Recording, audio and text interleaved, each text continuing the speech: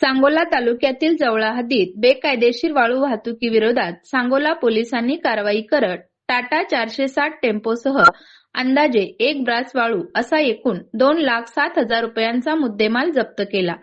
पोलिसांनी दिलेल्या माहितीनुसार सोमवार 24 ऑगस्ट 2026 रोजी सकाळी सांगोला पोलीस ठाण्याचे पोलीस निरीक्षक देशपांडे यांच्या आदेशानुसार पोलीस पथक घेरडी दूरक्षेत्र हद्दीत अवैध धंद्यावर कारवाईसाठी पेट्रोलिंग करत होते. त्यावेळी जवळा येथे वाकी फाटा परिसरात टाटा 460 टेम्पोमधून बेकायदेशीरपणे वाळू वाहतूक होत असल्याची गोपनीय माहिती पोलिसांना मिळाली.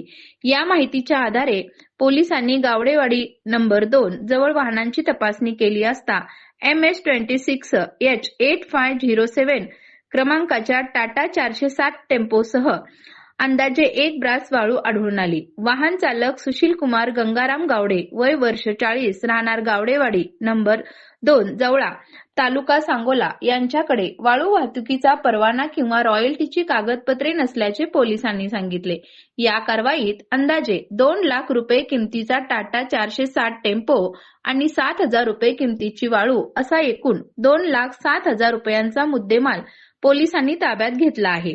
या प्रकरणी सुशील कुमार गावडे यांच्या विरुद्ध BNS 2023 मधील कलम 303(2), 305(e) अन्वये कायदेशीर कारवाई करण्यात आली आहे.